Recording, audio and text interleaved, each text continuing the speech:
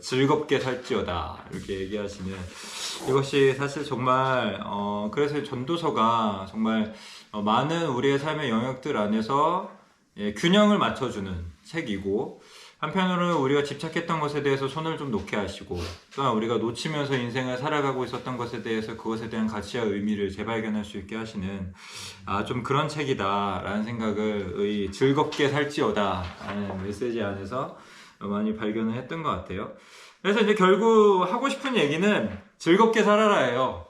인생 즐겁게 살아라. 전 시간과도 대비되는 전 시간이 또 기억이 나요. 근데 전 시간에 포인트는 삶의 소망이다.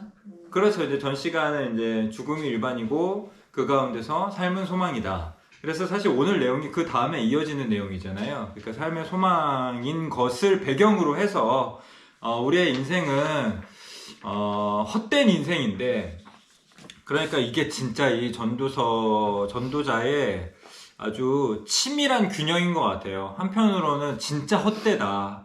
너희가 인생에 이렇게 목숨 걸지만 하나하나 다 꼼꼼히 따져보면서 이건 이렇게 봐도 헛되고 이렇게 해도 무의미하고 이렇게 해도 바람을 잡는 것이고 이렇게 하면서 하나하나 다 꼼꼼히 따지시잖아요. 그런데 그분의 입으로부터 나오는 그 모든 것을 하나하나 꼼꼼히 따지셨던 그분의 입으로부터 나오는 것이 즐겁게 살지어다 이기 때문에 더 의미 있다고 생각이 돼요. 근데 세상에 이 회의주의자들은 사실 이렇게 결론 내지 않잖아요. 그냥 헛된 거야. 그러면 그냥 자살을 해라.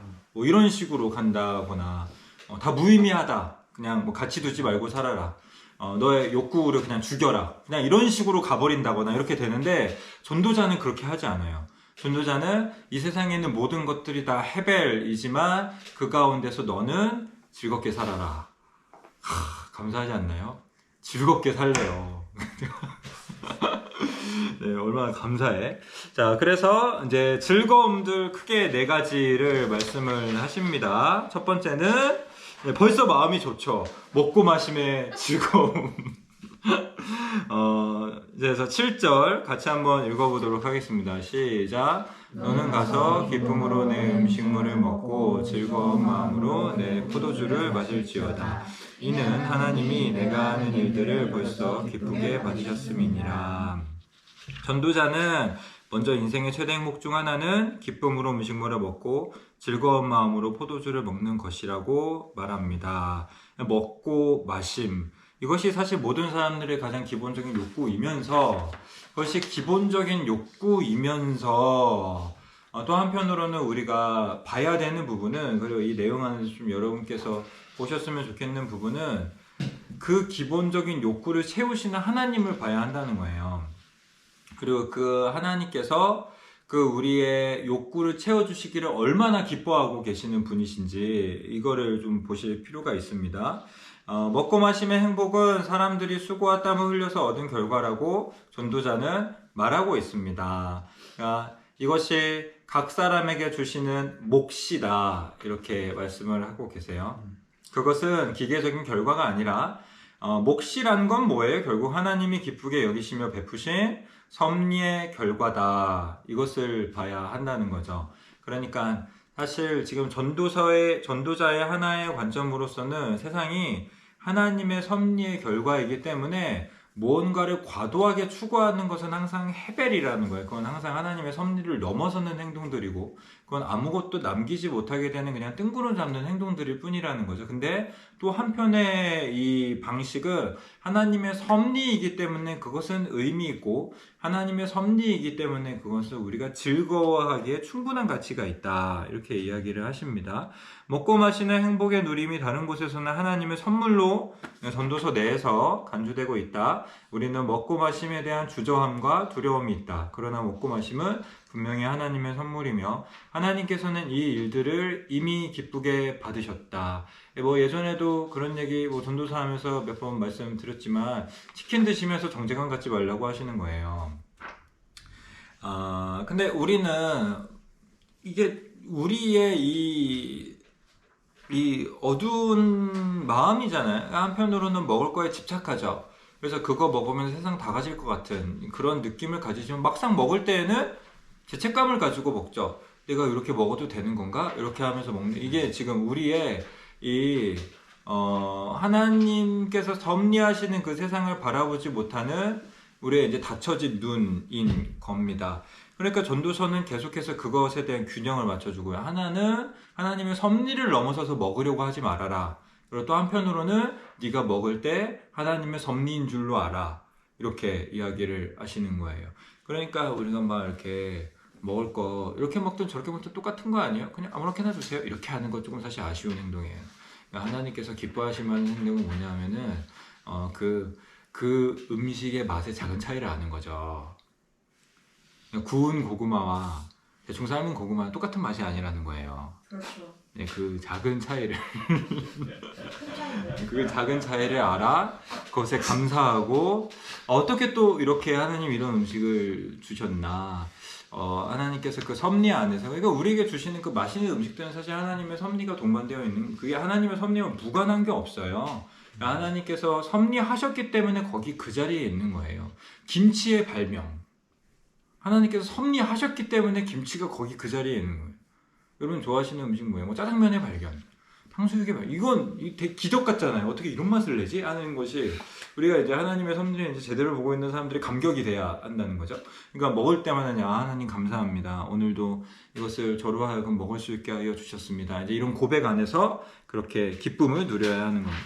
한편 사람들 중에 이러한 행복을 누림에 있어서 배제되는 사람은 하나도 없다. 한번 생각해 보세요. 이게 먹고 마시 인생을 살면서 한 번도 경험해보지 못하는 사람 같은 건 없어요. 실제로 아무리 가난한 사람이라도 하루 안에서 먹고 마시는 일이 있죠. 그게 이제 포인트예요. 그리고 먹고 마시는 것은 살아가는 동안 중단되지 않고 지속된다. 아무리 힘겨운 삶을 살아가는 사람이라 할지라도 그의 삶의 먹고 마심의 순간은 분명히 있다. 그리고 그 모든 순간은 하나님께서 그에게 주시는 행복이다.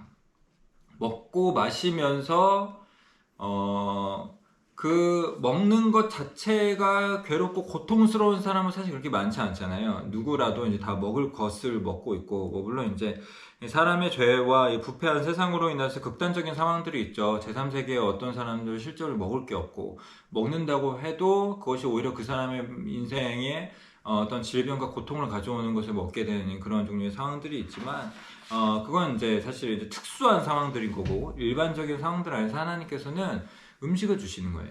그리고 사실 뭐 그런 얘기도 있잖아요. 온 세상에 있는 음식이 사실 그 누구도 굶지 않을 만한 그런 양식이 있다. 그런데 누가 굶는 이유는 왜 그런 거예요? 연이 못 들어봤어요? 욕심 때문에 그런 거예요. 실제로 어디서 음식을 그냥 버려요. 세상 뭐 그런 얘기도 있잖아요. 뭐 이렇게 경제 어떤 그 기득권 가지고 있는 사람들이 이제 자기 그런 경제적인 어떤 수위를 조절하려고 일부러 음식을 버려요. 일부러 뭐 쌀 버리고 귤 그래서 엄청 많이 버려요. 네, 그러니까요. 일부러 그런 거 이거 이제 물가 문제 때문에 그런 거 하는 사람도 실제로 있단 말이에요. 그러니까 이게 진짜 하나님은 정말 모든 사람들이 다 먹을 양식을 주신 거예요. 그 안에서 그걸 기뻐하라고 하나님의 사랑의 표현인 거죠.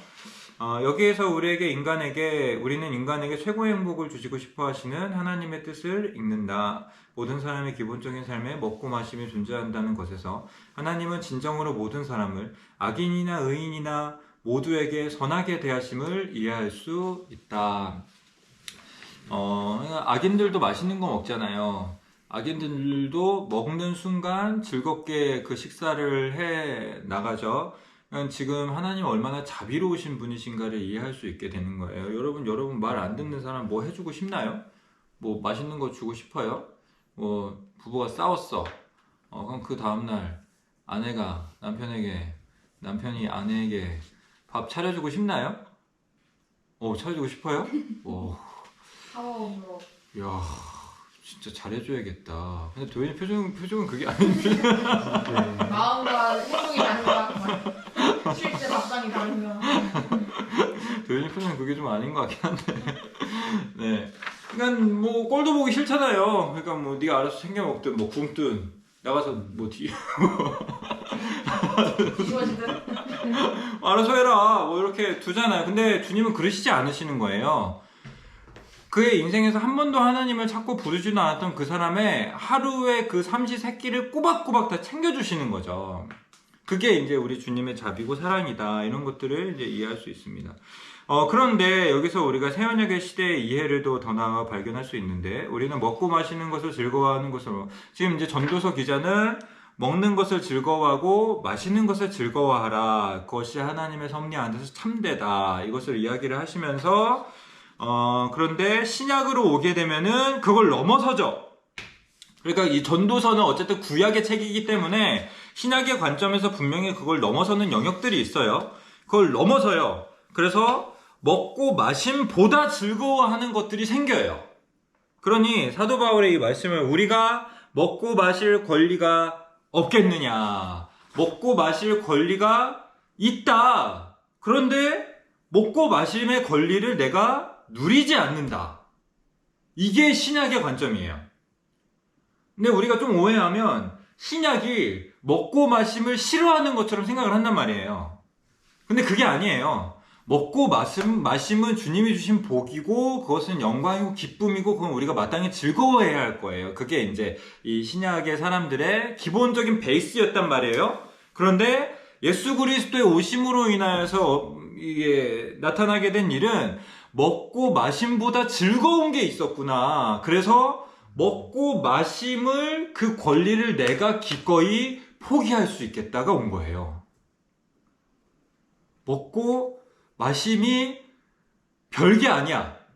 그거는 즐거워할 것도 아니야. 그러니 예수 그리스도만 따라라. 이게 아니라는 거죠. 먹고 마시면 충분한 행복인데 이거보다 훨씬 더 아름답고 가치 있는 것이 이제 우리의 삶에 들어왔어. 그러니 이거 우리 포기할 수 있어. 의 순서라는 거예요. 먹고 마심이 모든 사람들의 보편적인 권리이기 때문에 바울이 그 권리를 포기하는 것은 특별한 의미를 갖는다. 기쁘고 즐겁게 먹고 마시는 것은 하나님의 섭리와 선물과 권리이며 인간에게 최고의 행복을 선사하는 것임에도 불구하고 그 권리를 포기할 수 있어요. 이제 신약의 사람들은. 이제 그걸 시작할 수 있게 된 거예요. 그 포기를 통해 얻고자 하는 행복이 먹고 마시는 행복보다 더 큰 것임을 입증하는 것이다. 바울이 먹고 마시는 보편적인 권리를 누리는 것보다 복음의 전파를 더 큰 행복으로 여겼다는 뜻이다. 그런 의미에서 신약의 백성들이 구약의 백성들보다 의미 있게 금식을 할 수 있는 거예요. 이 구약의 백성들까지는 아직 먹고 마시는 그 즐거움을 훨씬 넘어서는 뭔가가 있지는 않았어.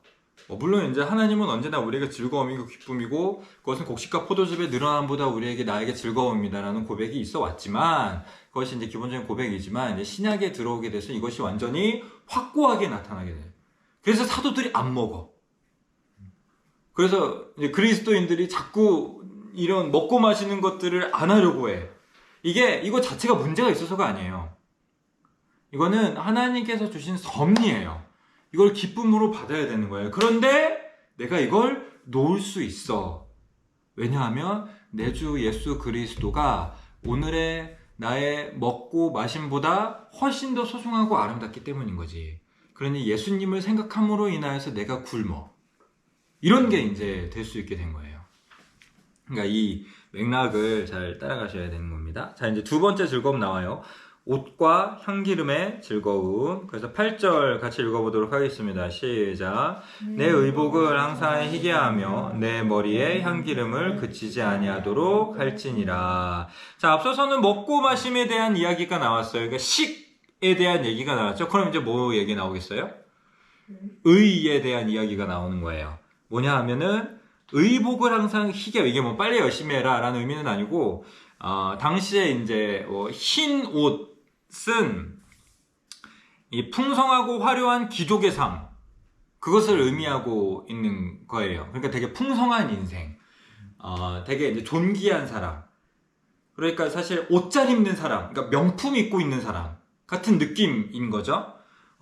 그래서 전도자는 인생이 누리는 풍요와 품위의 즐거움에 대해 말한다. 고대의 흰옷을 입는다는 것은 풍요롭고 화려한 귀족의 삶을 뜻한다. 동시에 흰옷은 얼굴의 밝은 표정을 상징하는 것이어서 기쁨과 만족을 가리키는 말이다.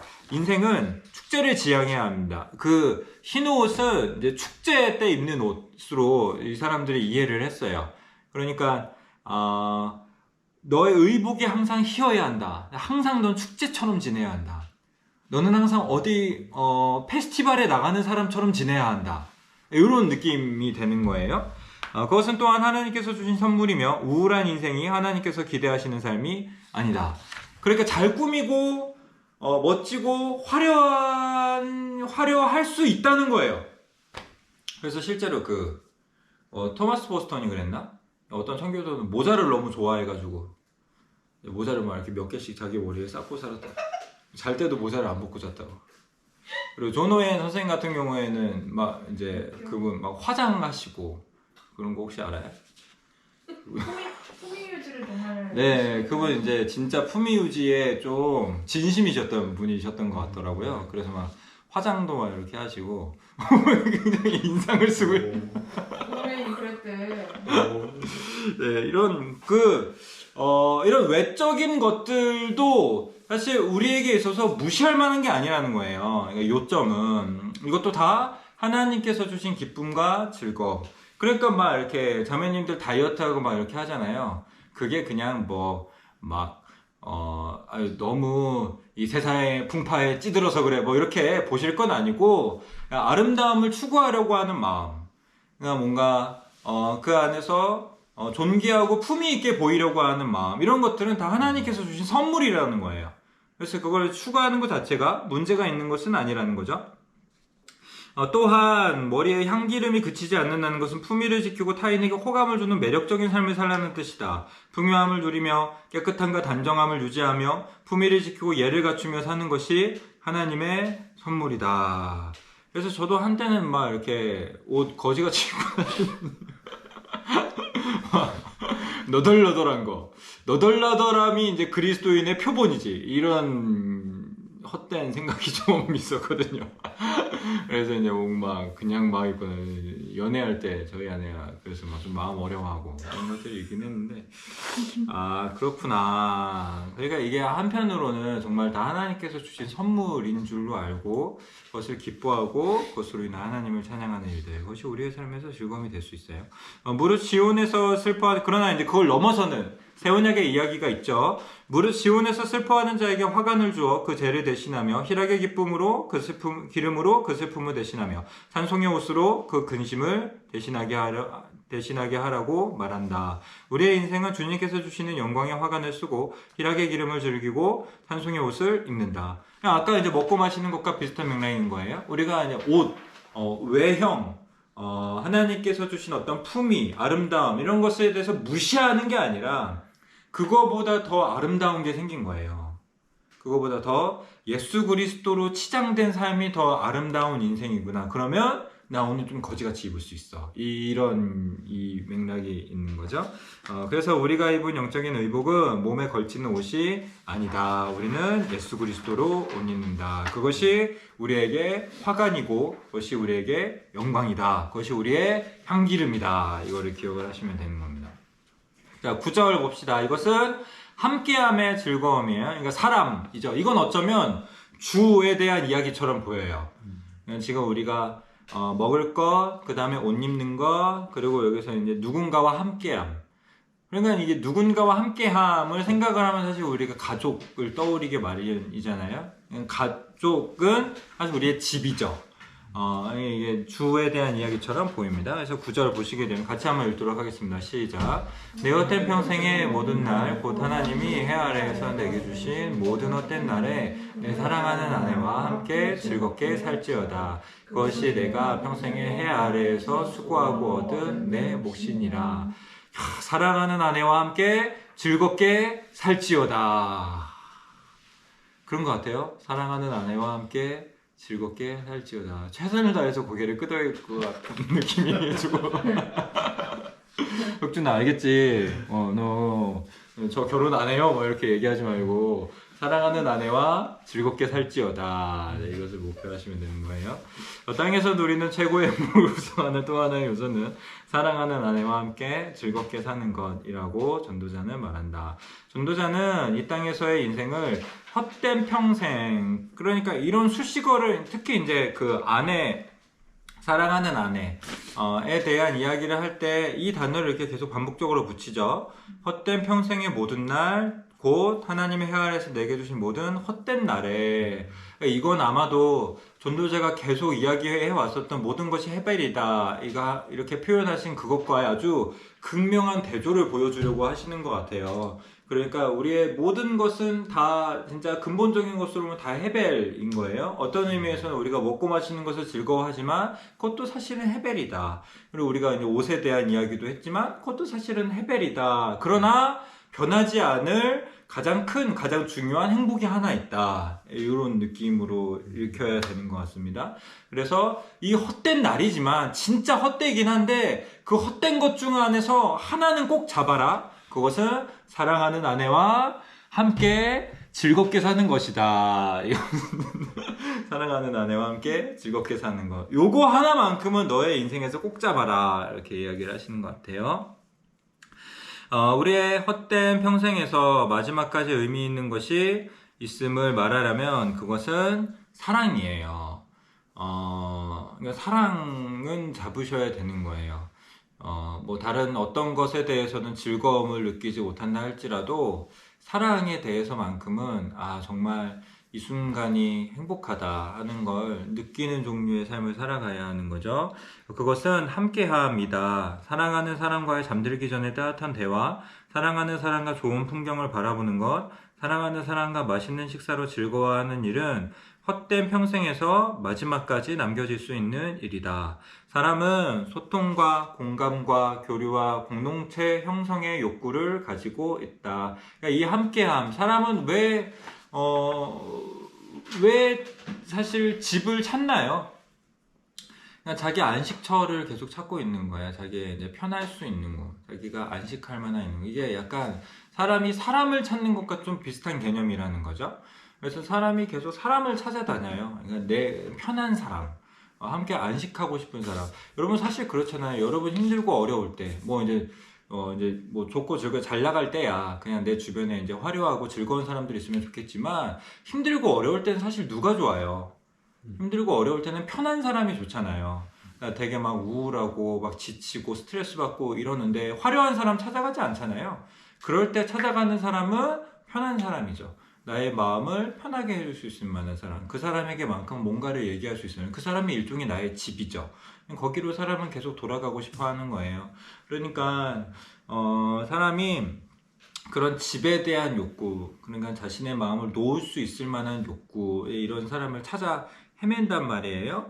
그러니까 그 사람을 만나게 되었을 때 그것은 하나님께서 네가 수고함으로 인하여서 주신 너의 몫이다 라고 이야기를 하실 정도로 아름답고 행복한 일인 겁니다. 그래서 그 욕구의 우선적인 충족은 아내나 남편을 통한 것이다. 나아가 전도자는 그런 행복이 일평생 수고하고 얻은 각자의 몫이라고 말한다.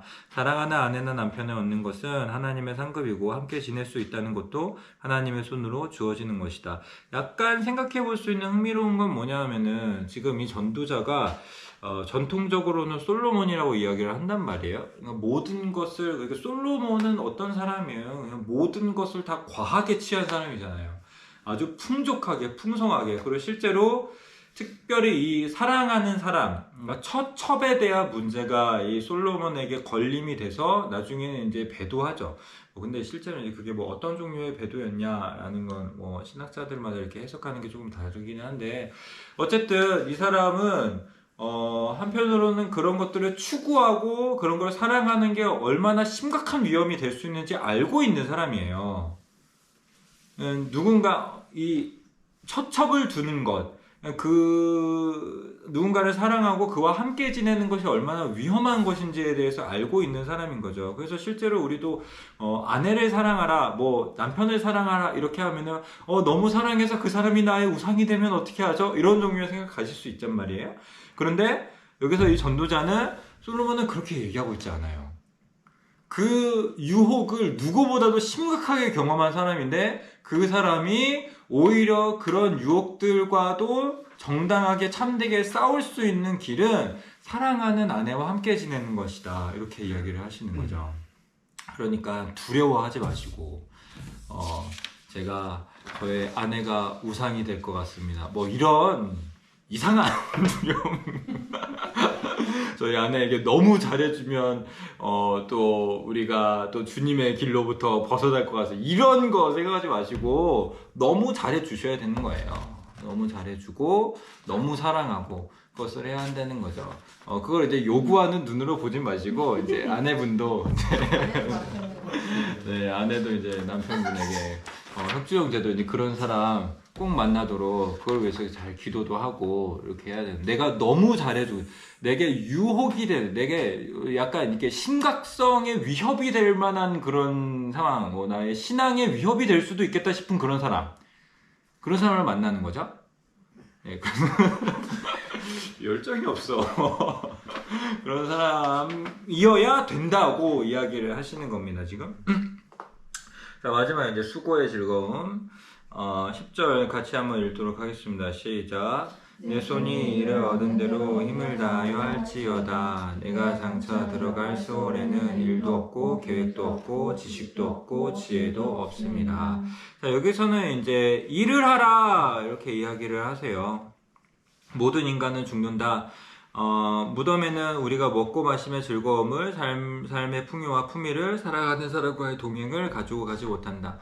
거기에는 일도 없고 일의 보상도 없다. 계획도 없고 성취할 것도 없다. 지식도 없고 지식이 있더라도 우리의 인생에 아무런 의미가 없다. 지혜도 없고 지혜가 있더라도 인생에 어떠한 변화도 주지 못한다. 여기서 뭐 계속 말씀드리지만 이거는 이제 구원약의 사람들의 이야기죠. 그러니까 이 새언약의 사람들은 지금 무덤에는 지금 요 전도자가 이야기를 하는 것처럼 무덤에서 우리가 죽은 다음에는 아무것도 없다. 그러니까 오늘 열심히 일하라 이렇게 이야기를 하고 있지만 이 새언약의 사람들은 죽은 다음에는 아무것도 없다가 아니라 죽은 후에 우리의 영혼은 너무 확실하다.